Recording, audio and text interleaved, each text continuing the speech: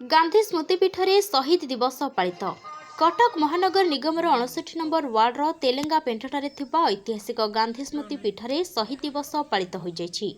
एही उपलक्षे आज प्रत्युषे कटक महानगर निगम 59 नंबर वार्डर कॉर्पोरेटर ममता महांती, कटक महानगर निगम 59 नंबर वार्डर पूर्वतन कांग्रेस सभापति प्रशांत महांती, सुधीर पट्टनायक, टीटन साहू, जुगल किशोर साहू, विनय जेना, करीम साहा, अमिता बेहरा, रीना बेहरा, सांबादिक अमूल्य बारिक, सांबादिक सुरेंद्र महापात्र, केशव जेना, रवींद्र साहू, केशव नायक, लक्ष्मीधर महापात्र, शिशिर राउत, प्रदीप्त कुमार दास, प्रणव कुमार दास, जदू प्रधान प्रमुख महात्मा गांधी प्रतिमूर्ति रे माल्यार्पण करने सह महात्मा गांधी स्मृतिचारण करथिले।